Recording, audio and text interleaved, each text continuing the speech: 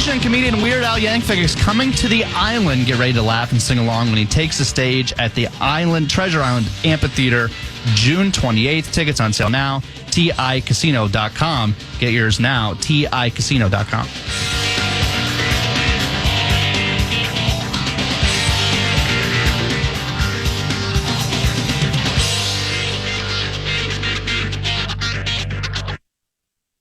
Welcome back, 9 to noon. Sorry for that dramatic pause there. My bad. 9 to noon, Nordo in for PA, and Brett Blakemore produces. And we're headed back across the pond. Anytime the Vikings go to London, and just periodically on Vikings football in general, we always want to catch up with @Peter Carline via X, The Athletics, Peter Carline. And he joins me now from London. How are you doing, Peter? Hey, Eric. Very well. Nice to have a Vikings victory before the bye. Oh, absolutely. Undefeated Vikings team, the fanfare into it. And you joining last week and kind of talking about what the Vikings needed to do, what you needed to see from them against Aaron Rodgers and those Jets at Tottenham before the break. We kind of, it was a little wonky at the end there, Peter, but we got out alive, got out with a victory, and the team remains undefeated.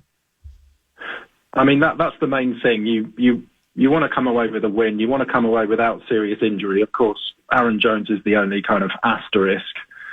Beating Aaron Rodgers probably for the last time he faces the Vikings, an extra added twist. The team got what they wanted. It's on to Detroit, as Bill Belichick would say. On to Detroit, indeed. And I saw this via The Athletic. You wrote a piece on the host of 9 to noon PA. Did you follow him around? Were you watching the game in the booth? What went into the? Let's start here. What went into the idea to write an article about the announcer? Well, I just thought that it was a different way of watching the game for me personally, and PA was kind enough to have me kind of talk to him before the game just about the background of his commentary, and then I walked around on the Vikings sideline before the game, so kind of saw him posing with Woody Harrelson and what have you, and conducting prayers, and then I was sort of supposed to kind of run around the ground, not run around, but head between the seat and the press box to the 9th floor, but what it's like. Once you're up there, you think, I think I'll just stay here, actually. Yeah. There's food about 20 meters away. It's a very comfortable seat. I don't actually have to move. So, I just thought that it was an interesting way to watch the game. And obviously, PA is someone who's very familiar to Vikings fans, having called the team since 2002. So he was very gracious enough to let me be in the booth. No, that it was awesome, and you did a terrific job on it, and people can read that at theathletic.com, and you can follow it on the Vikings page. So great work on that. Now, in the game itself, I had a lot of people. I'm not there. I'm back here stateside. So it was kegs and eggs for Nordo and most Vikings fans. But in Tottenham, it was a home game, Peter. And so you have voice of US Bank Stadium, Alan Roach in the mix, and the thing's popping. It's 160 decibels. There was a ton of purple in the stands. And I had a lot of people asking me, like, I couldn't believe either 40,000 Vikings fans visited London for the very first time or first handful of times, or there are organic English American football fans that were repping their favorite purple and gold jerseys. Was it all imports? Was it all us flying across the pond, or is there a heavy or healthy Vikings contingent in the UK? I mean, I think certainly that there are a contingent that fly over from America. It's an event. The Vikings have played there 4 times in 11 years, but in doing so, they have built up a fan base in the UK. I know that the team are very keen to push the team over here. They're one of 6-7 teams to have international marketing rights here, which means that they can market the team as they would in America. So on the Saturday, the Vikings took over a place called the Outernet, and Jared Allen and Chris Carter there, and it was sort of a Vikings fun fair, really. So I know it's something that the team has worked hard on and will continue to work hard on, building a fan base in the UK. And also, fans historically come from Europe as well because of the Vikings. There's going to be Scandinavians, there's going to be German fans that come to England to see the Vikings play. Now, as part of that, you mentioned the marketing agreement, and I don't have it in front of me, but you are absolutely correct. It's almost as if Roger Goodell and the NFL have they got with Rand McNally, and they got themselves a map of the world, and they just parceled off various areas and said, for instance, the Eagles and Packers just played a game down in Brazil. There have been games in Munich, et cetera. And the Vikings, and specifically England and that area, that is kind of home of the purple, the international home of the purple. How visible is the NFL in throughout the football season? You got a lot of stuff going on right now, tons of fans. It's a cacophony of different jerseys and football fans, et cetera, American football fans. But at some point, those games stop and the NFL season just persists. How visible is the NFL in England? Well, for example, on Friday morning when I walked my son to school, I saw a man wearing a Green Bay Packers hoodie. I mean, it's very common to see. That's gross. People wearing NFL. I know, good. They do get everywhere. He's got taste. It is very common. You go on the street and you'll see someone wearing a Dolphins cap or a Patriots jersey, what have you. There is, believe it or not, a significant following for the NFL, which has sort of been around since the 80s. I mean, I know that the time difference is the thing that a lot of people are surprised at, but people do stay up, people do watch games, and people do follow teams. It kind of started in the 80s where the NFL was on a free-to-air channel called Channel 4, so you're going to have a lot of Dolphins fans, you're going to have a lot of Washington fans, you're going to have a lot of Bears fans, historically the kind of successful teams in the 80s. Yeah. And it's kind of grown from there. Obviously, the NFL's played in England since 2007, so there is a significant following, and it's going to Germany. The fourth game in Germany is going to be played next year. It's going to go to Spain, 2005. There's talk of Paris. There's talk of Dublin. Roger Goodell very much wants it to become a global game. No, and I think I wish that I had the financials in front of me to really, because it's tough for me to visualize, even as you explain that, and Packers hoodie and the virus that is in its own right. All of that aside, it's hard for me to visualize because let's flip the coin where I'm feeling Fulham, right? Because a couple of years ago when I was in London, you helped me out and helped me get tickets to a Fulham Newcastle Premier League game. And it's in West London, and it's absolutely gorgeous, right? I mean, you have these walk-ups, just a nice neighborhood, and then it emerges this 25,000-seat stadium, crazy fan base. Everyone's at the pubs before and after. It was an incredible experience. But similarly, save for getting up at 6 a.m. on a Saturday to ride NBC in their coverage of the Premier League game kickoffs at 1 or 2 your time, there's not a lot of visibility of it here in the United States. And so that's where my head's always been at is, you mentioned kid on his way to school, the jersey, wearing a hoodie. I've seen a few soccer jerseys /shirts /kits rolling around as well. But the visibility of it is kind of muted because of American sports being kind of the A topic within the framework of our culture. So it's hard for me, the American, to really put it in perspective in terms of how successful this venture is by Goodell and the NFL. Well, I think that the NFL are fairly ruthless about making money and finding new markets. So they've really gone for it. Yeah. Particularly in the last, let's say, 10 years. When they first started playing here, there was kind of talk of a London franchise and hosting a Super Bowl in London, which I think there's probably more chance of me walking on the moon, both of those two things happening. But Goodell is very keen on growing the game and I say growing. I mean, what he means by growing the game is making money. And I mean, there's talk of 8 games internationally next season. I read somewhere that he said at the start of the season he wants to see 16 games over the season. And the Jacksonville Jaguars, who are about to play their 12th and 13th game here, are playing back to back for the second season in a row. And I spoke to someone who suggested that what might happen next year is a team lands in London for 1 week, then flies to Germany for the second week. Oh, wow. So you've got all these kind of logistical, all this logistics to think of. But I don't think the NFL is shy in breaking new ground. It's certainly, the Premier League muted the 39th game, which there's 38 games in the Premier League season, as you know, but there was talk of playing a game in America that wasn't pre-season, and they put the kibosh on that. But the NFL's just, no, we need to export this game. I mean, the waiting list for tickets in Germany is preposterous. Something like 65,000 tickets, and they could have sold 2 million tickets last year at Frankfurt. And it wasn't 63; it was 40,000. Wow. The same in Munich. The demand for it is phenomenal. And Spain next year, the Bernabeu, 90,000, the brand spanking new ground. That's going to be a spectacle. So, who knows where it's going to go. Well, I guess, when you put it in that kind of perspective, Peter, it kind of speaks for itself. You're right. It is mayhem. It is the spectacle, I think, is the perfect way to put it in the NFL.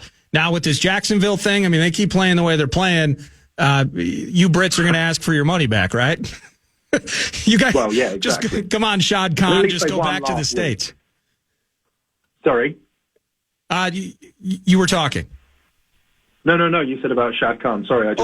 Just send the Jacksonville Jaguars back to the States. If I'm a European NFL fan, I'm tired of this Jacksonville thing. Give me somebody else. Last thing for you, Peter. Just framing up the Vikings through 5 games into the bye week. Anything that excites you? Anything that you are worried about or focused on as this team will head to U.S. Bank Stadium a week from Sunday and face the Kitties? The thing that concerns me is probably the running game. Ty Chandler just can't seem to catch a break, can he? That 32-yard rush of his that was negated by the Jefferson penalty, and then he fumbles. Obviously, Aaron Jones is a worry. Hey, Jarrett McKinnon's a free agent. Maybe pick up the phone. The thing that really I'm excited about is obviously the return of TJ Hawkinson, because for Donald to have Aaron Jones as a safety blanket and then to have another safety blanket in the middle, hallelujah, bring it on.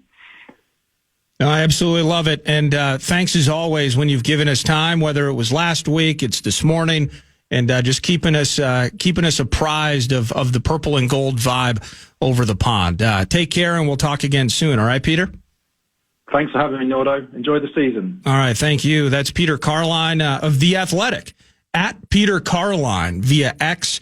And as I mentioned, kind of one of the pretenses of having him on today is he followed around our guy, PA, and he was in the booth, watched the game with him, and he wrote an article about it. You can find that at The Athletic. So do that if you so choose. Always appreciate Peter's inclusion 9 to noon. We're going to have a cash giveaway momentarily in which Brett's actually going to give you the correct keyword this time around. I'm excited for that. I think. Also excited for Pat Micheletti is the Wild season. The NHL has already gotten going. A couple of games last night. I think we saw the Utah bit for the very first time against the Blackhawks. The Panthers eked one out against the Bruins. It's always high-scoring affair, it feels like, in South Beach. And then there are more games tonight. But the Wild, tomorrow night, opening their season, and we're going to talk about that, the college squad, Motzko's group, and more with Micheletti around the corner. It's 9 to noon. Your cash giveaway leader. The cash thing, the fan and 2 Men in a Truck want to give you a shot to put $1,000 in your hand at the National Cash Contest. Head to KFAN.com. Let's try dollar for this hour. The keyword dollar, KFAN.com, keyword dollar.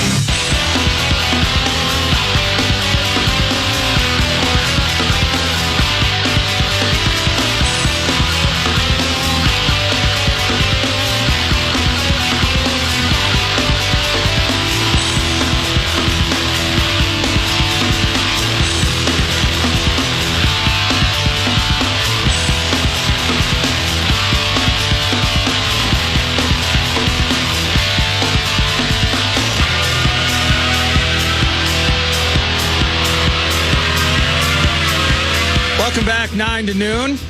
It's Nordo in for PA. PA returns tomorrow. We're going to be doing a Vox in the Box show at Tria, featuring the morning skate of your favorite hockey team, the Minnesota Wild.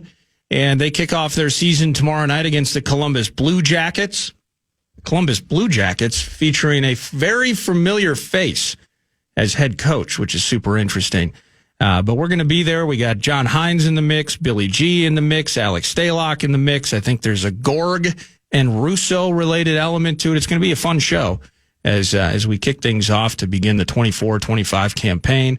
And whether it's Beyond the Pond to Beyond the Pod, it's Wild Fan Line, it's all day, every day, all time, and it's full time with Pat Micheletti at PatMick2626. How you doing, Patrick? It's great to hear your voice. It's been way too long, my friend. Good. How are you? I'm doing well, and I appreciate you joining. And, you know, the reason I'm looking at the NHL schedule into the opening week here, and it just popped in my head.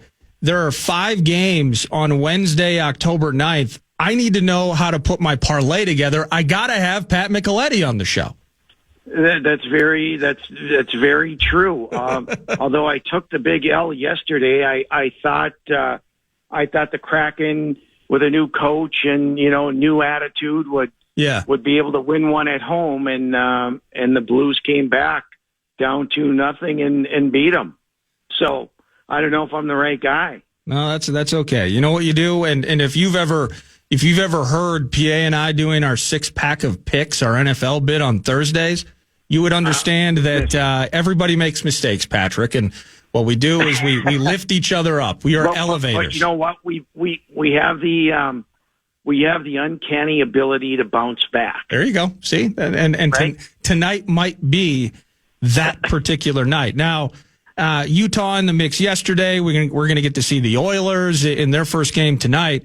But tomorrow, and I mentioned it as I was bringing you in here. How about Dean Evison, new head coach of the Blue Jackets? That one kind of surprised me a little bit. I didn't think he'd end up there. I thought he'd be back in the NHL. I thought actually Ottawa was going to be a good fit for him, but that never materialized. And but good for him, you know. And you know, he handled getting fired correctly, in my opinion. And you know, sometimes it just happens, and who's the first to go? Not the players, the coach, and right. And so he gets another crack at it, and you know, he's got a tough task in front of him with you know, obviously the tragedy that happened this summer, and you know, it seems like they've been rebuilding since they entered the league, Nordo. It just hasn't been a organization that has been able to figure it out yet. And, you know, with Don Waddell now in as the general manager and what he did in Carolina, there's hope there, but it's going to be a while. And to our team, you know, excited for opening night and the opportunity for this team to kick things off. How pumped are you about this incarnation, this year's crop, the Minnesota Wild? Well, I'm cautiously optimistic. I mean, there's no question that guys, you know, there's a number of players that have to regain what they had the previous year, and you know, we all know the names, and so, you know, when I look at it, when I assess this team, you know, they were miserable in their bottom 6 a year ago. You know, the bottom 6 didn't help on the offensive side, and they were atrocious defensively. Yeah. And so they needed to shore up that part of their game, and I think they did, adding a guy like Trennan, and you know, you see Hustadinov now, you know, in the lineup. So I think they've gotten better there. I think they've got more balance throughout their lineup. You know, the key for them, and like any other team in the league, is, you know, they've got to stay healthy.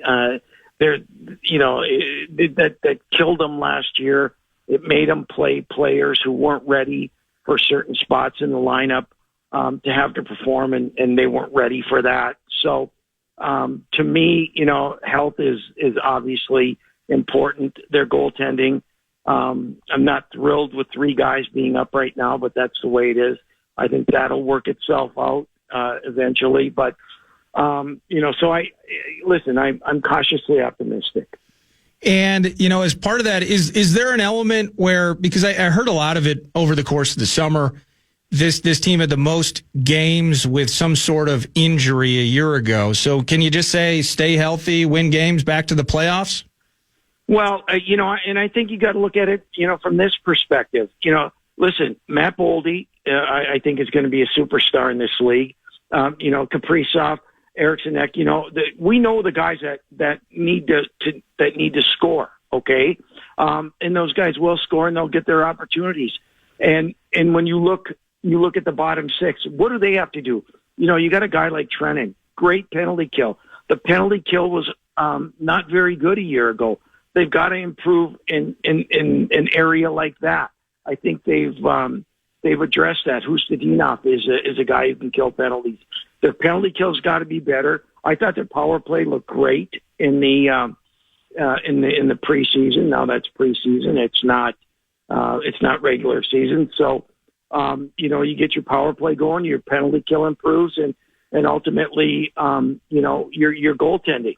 Now your goaltending should be better because they're going into the season with a healthy core of defensemen, and I think their top four are as good as any in the league with Spurgeon and Faber and Brodin and Middleton. I think that's a strong part. Those guys have to stay healthy. So, listen, they can compete with anybody in the division. There's no question about that. It's going to come down to, the things I've listed. Hey, couple of names popped out at me when I was looking at their final roster, Pat. And as much as I love this team, I'm not an insider like you and many in the state of hockey community. Liam Ogren in particular, I remember Declan Chisholm when he made that debut, got that goal. I think it may have been against Vancouver or somebody last wintertime, but those were a couple of names that popped in. It's like new generation, guys getting more reps, more games. What do we expect from the young cats, Ogren and Chisholm? Well, I think Ogren made the final roster, as did Chisholm. I think Chisholm will be, number 5 or number 6, and he played well, and he's a power play guy, moves the puck well. So I think there's a spot for him. With Ogren, he's a number 1 draft pick. He's got a ton of talent, and I don't know if they're, I think eventually he has to be a top 6 guy. I don't think it's right now. Okay. I think they're kind of keeping him up here now for injury purposes, to be quite honest with you. But, there's a kid I think is got a very, very bright future. But ready now, I don't know. We'll have to wait and see. Okay. In Gus Bus, we trust again, after last year and Fleury is back again. They put another 2 years on the deal for Mr. Volstedt. What are we feeling with the netminders? Well, that's a great question. I don't know if they tried to move Gustafsson, if they were late in moving Gustafsson. That remains to be seen. Listen, they're going into it with 3. I don't know what their plan is as far as using them. If you have Wallstedt up here, he's the future. There's no question about it. He will be the number 1 guy, in time. When is that? I don't know. I think it'll rectify itself by Christmas, I would think. I don't think you can keep 3 guys up here all year. It'd be a waste. So, we'll have to see. I think they'll eventually move Gustafsson. I think that'll be the right thing to do, because if you're looking future and you drafted a guy for that purpose, I think Gustafsson eventually will be the odd man out. Now, listen, in saying that, if he starts game 1 and plays great and is playing well through November and all of that sort of thing, and is proven he's number 1, well, then you have to make other decisions, whether you send Wallstedt down or, because you got to play the guy at some point in time. Hey, Patrick Micheletti, Beyond the Pond, Beyond the Pod, at Pat Mick 2626 on the X machine. If you were to take the average of 10 Wild related questions that you would get either social media or just in passing, what's the percentage of the questions that lean towards, are we going to lose Kaprizov? Do we have to play a certain level to give him faith? Can we really just open the pocketbook? We've waited for 5 years for this money to drop off the books. Is it already all gone? How many Kaprizov fear-mongering related questions, or maybe it's not fear-mongering, maybe it's a real tenuous situation that exists, but Kaprizov related worry into this year and beyond, how much of that you getting these days? Every day. Every day. Is he going to sign? Is he going to leave? Ultimately, it's going to come down to Craig Leopold has said, and which is true. They're going to offer him the most. They have the ability to offer him the highest and the longest term. He said he will do that. Ultimately, it's going to come down to the player saying, "Do I want to play here? Do I feel like I have a chance to win it here, or do I want to go somewhere else?" I mean, ultimately, that's it. Money is not going to be the issue. Term is not going to be the issue. Does the player want to play in Minnesota long term? And there's in my mind that's the only thing that it comes down to. Does he want to play in Minnesota long term? And if that answer is yes, he will re-sign. If it's not, obviously he'll test the free agent market because every team in the league will make him an offer. There is no question about that. And so really it comes down to whether he wants to be here or not, in my opinion. I've also seen whether it's bits that Russo updating on The Athletic, Joe Smith does a great job, and those that cover the team, a lot of Danila Yurov related questions when he's going to come over. How much do you keep track of those sorts of things? I really don't until they get here, to be quite honest. We all know how good a player he is, and we've all seen clips of him, and he's got the potential, to be, a star for where they drafted him. Yeah. Hopefully it's sooner than later, and maybe get another Russian will help Kaprizov also in determining where he wants to be. But obviously, the kid's very, very talented. Last couple for you. Let's transition to the college team, Mr. Micheletti. Motzko's group about to get underway in their latest campaign. What's good about the maroon and gold? Deep.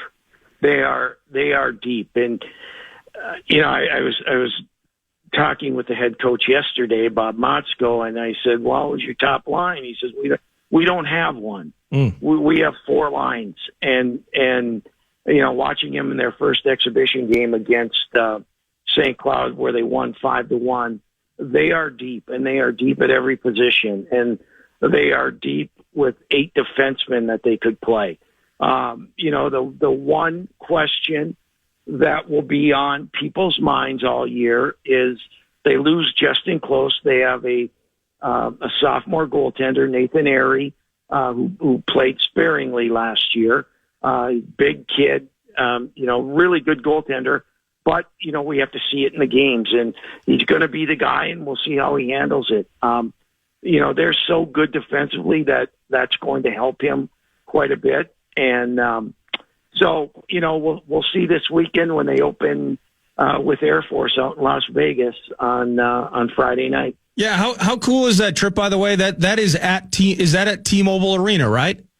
No, actually, It is not. It is at the Orleans Hotel and Casino. Oh. And the arena, 5,000-seat arena, is attached to the facility, and so it's going to be a lot of fun. Can't wait to get out there. I guess that was a dumb question. So I assume that, typically that would be for Vegas shows, ice dancing and things, this arena at the Orleans. Yeah. They used to have a minor league team that played in that building. And in fact, the Gophers played out there, I want to say 3 years ago in the Hall of Fame game against North Dakota. And, it was sold out, obviously, with the North Dakota fans, the way that they travel.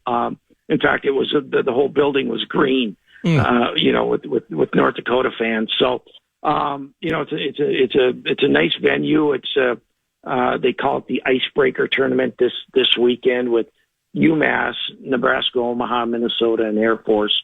So should be fun. Oh, that's awesome. And you're going to be out there for it, and you'll be reporting on sight on scene. And I'm excited to hear how Motzko's team looks. So I appreciate you giving me some time this morning. Enjoy your time in Vegas, Mr. Micheletti.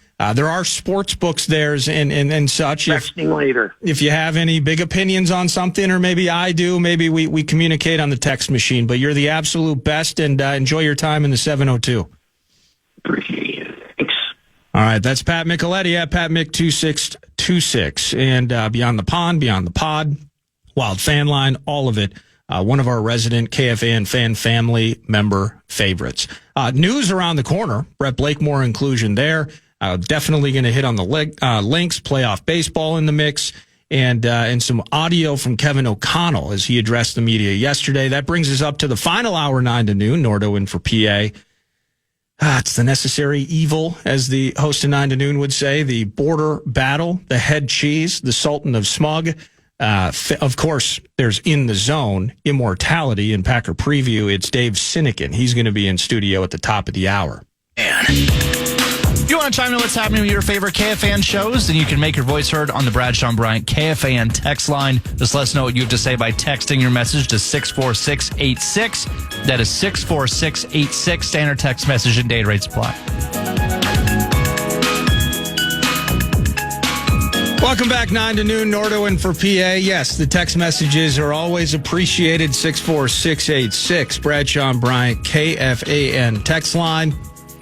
And it is time for News de Nord, which is brought to you by The Casino at Canterbury Park, CanterburyPark.com for all event details. But you're feeling the felt, right? Poker, blackjack, table games all year round. That's available at Canterbury. Having sips at Chips. You've heard me mention that a few times. Tip Derek Allen well. And I think if it's a normal Wednesday, I believe Derek Allen, PA's son, might be working right now. So go say hello. Tell him I said hey. I haven't seen him in a while. And then the NFL Pick'em game on Thursdays. You can go there. You just need your free Canterbury MVP card. You make selections on the football games into the weekend. You can win hundreds of dollars just by being better at picking games these days than 9 to noon. So check that out, CanterburyPark.com. Where are we headed first, Brett? Number 1. A Minnesota team is in the championship round. Let's go. The Minnesota Lynx are in the WNBA Finals, Game 1 tomorrow in New York against the Liberty. Nordo, your thoughts? Yeah, and my first thought is thanks again, Bridget Carlton, Lynx forward, Abby with Lynx PR for making that happen. She joined me during the first hour, and it was so impressive last night in Game 5. So it's winner take all. And I mentioned it with Bridget. She wasn't aware, so she was probably locked in trying to move on in advance. Respect that. But the away team had won like 7 consecutive winner-take-all games in the WNBA playoffs. And the Connecticut Sun had done it like 3 of that last 7 times. And they beat the Lynx in 3 a year ago. So you got all sorts of things. They, as you would have heard Bridget say, kind of wanted to end it in 4, didn't work out. So now here they're back at the Target Center. And it was just from the jump last night, the tidal wave was on. The Sun on tilt, and they had no chance. The Lynx are so impressive. Cheryl Reeve and what she's done, so impressive. But it was early on. Kayla McBride hits a couple of threes. The defense is unbelievable. A couple of big blocks early on. Dejanay Carrington couldn't find her shot. And I think it's Alyssa Smith. Yeah. Alyssa Smith. And they struggled shooting so poorly early on, and the threes kept coming. And then Nafisa, really, I don't want to say it was a slow start per se. She got to the line a couple of times early, but then she was really able to get going later on. She ends up 20-some and a double-double in rebounds. But the advantage was early. The beatdown was on, and they just went wire-to-wire domination. Courtney Williams was fantastic in this game. It was an impressive, dominating, series-ending performance for a Lynx team, and kind of the way we've framed it up. PA's had Lindsay Whalen in studio a bunch during this run. I would anticipate next week because Game 1 is tomorrow night in New York, and then Sunday's Game 2. Game 3 will be back at the Target Center. And then maybe next Thursday, we could have a chance, depending upon Lindsay's tennis schedule, Might have Lindsay Whalen in studio. But it's kind of, Lindsay Whalen is from the previous generation. And Bridget kind of put it well. When Sylvia Fowles retired, that sort of kind of closed the book on that quote-unquote dynasty of 4 titles, including Lindsay Whalen. And so what Cheryl Reeve has been able to do to rebuild this thing with an entirely new roster, most of whom do not have elite high-end WNBA finals experience, and to be back there is it's so impressive. And a WNBA season that's been dominated by Caitlin Clark related conversation, Caitlin Clark related resentment, Caitlin Clark related, maybe some people are biting the hand that feeds them as it pertains to ratings and revenue and growth of the league and all of those things. The Lynx have, not quietly locally, but they've just kind of strolled on out and have been one of the best defensive teams in the WNBA. And Nafisa Collier, the run that she's been on, really MVP caliber season from Nafisa. And it's just really impressive. So tomorrow, the ladies are in New York, and Bridget Carlton, by the way, she was kind of the MVP of that Commissioner's Cup, that in-season tournament in which the Lynx won. It was like 94-89 or something like that at the Liberty earlier in the season. Great matchups throughout the season with the Liberty. These are the 2 best teams in the W, as they call it, fighting for a title. And it'd be nothing short of, I guess, impressive and awesome to see the Lynx hoist their 5th WNBA trophy. So it was a really fun game last night. My girls were loving it, and go Lynx against the Liberty starting tomorrow night. Number 2. I don't know if you mentioned this, but we're going to roll with it. Sure. I don't know if the news broke in time, but we never repeat ourselves. Never once. 9 to noon, no. And I'm also with JG, so I'll never repeat anything that I'm bringing up in this at around 5 o'clock. I'll never do it. Robert Saleh, Jets head coach, fired. It came out today, Jets owner Woody Johnson, which, by the way, when we were doing this on the power trip, took us about 5 minutes to stop laughing. It's a different show. Before we moved on. 9 to noon we're highbrow. That's right. I've always said that. We don't take low-hanging fruit like that. So, let's come on, step it up a little bit. Yeah, Woody. I don't even know what's funny about Woody Johnson. I don't get it either. I don't get it. Frankly, I'm offended, and I don't know why. He basically came out. What did he say? He publicly said the decision was mine. I had years to think about it. It was only me. Essentially saying I was not pressured by any particular quarterback wearing number 8. I have ESPN on in the studio, and they've shown the failed hug between Rodgers and Saleh about 1,000 times. So what do you make? Do you believe that the owner acted alone in this crime? I don't know what to believe at this moment. Aaron Rodgers will be, I believe he's joining the McAfee bunch this afternoon. So maybe number 8, formerly number 12, can shine some light on it. It does strike me. I had seen somebody talking about Woody Johnson having business partners and relationships overseas, that there was an embarrassment factor to it. There were growing tensions inside Saleh's record, I think 20-36 as head coach of the Jets, and Johnson's either aspirations for this season or just believing in what the roster looks like and what the general manager and the front office have built, that this is one of the best teams that the Jets have had in a number of years. And I would agree, for the most part on paper, that that's the case. I think this is, I don't know how to put it any other way than I'm not Joe Beningo. Maybe we should have Joe Beningo back on. That accent, I mean, just Jersey's finest. And former WFAN superstar Joe Beningo. We had him on last week leading into the game. Maybe we should have him on again at some point and kind of see how they feel about it, those that are closer to it. I'm here in the cornfields, but it looks like a massive, an emotionally charged overreaction to a team that is struggling out of the gates. This defense is a top 5 defense in the NFL. They stymied and stifled Sam Darnold in this offense all day. It was crazy how much of a struggle, and with ease at times, with Ulbrich, the coordinator, now the interim coach, but Saleh's defense A defense, when he took over in 2021, that was the worst defense in the NFL. It was atrocious. It was putrid. It was awful. It was terrible. It was horrible to look at. It created nightmares for Jets fans like Joe Beningo. The very next year, it was 4th in the NFL. This is an elite, high-end, high-class defensive mind. I've read bits and pieces over the course of time. Maybe he was tough to get along with. Some people are tough to love. And maybe Robert Saleh was one of those people. But for me on the outside, this looks like a ridiculous decision to uproot everything and to create this kind of chaos effectively midstream. So maybe it's Woody's decision alone. Maybe that's kind of hiding other fractures in the foundation that existed inside the rooms. They've played that video, you're right, countless times. Oh, yeah. Rodgers and Saleh hated each other. Is Rodgers a coach killer? I mean, do you think he's truly the reason that Mike McCarthy got fired? We can talk about that during final hour with Cinny. Yeah. Or were there other elements of a team that couldn't get over the hump year after year after year after year? That kind of thing snowballs and grows over the course of time. Is that... Maybe it's all on Rodgers. I don't think that it is in this particular case, although there could be bits and pieces on the inside, but this does not seem like the answer.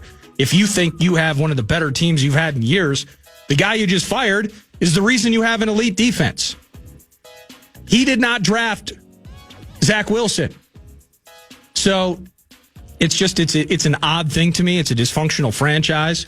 And whether it's Geno Smith having success later in his career in Seattle, or it's our guy Sam playing with the most organized bunch that he's had in his NFL career, former Jet, former top pick, having some flourishing success in Minnesota.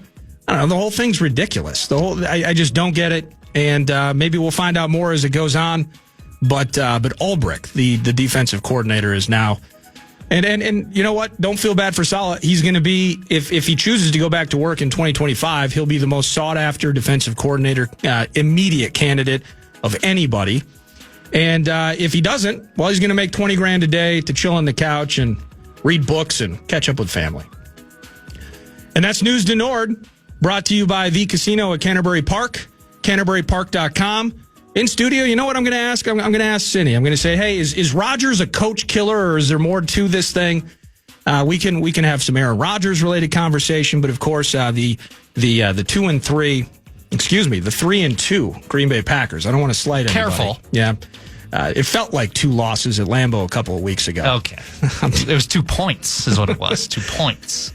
And but I want to catch up, do some border battle, and of course, longtime host of In the Zone, an absolute NBA nut. So excited to have Sinekin in to talk about our favorite basketball team, some Howell-related bits. They're less than 2 weeks away from opening up against LeBron and the Lakers. A lot to get into. Final hour, Dave Sinekin, the head cheese in studio on The Fan.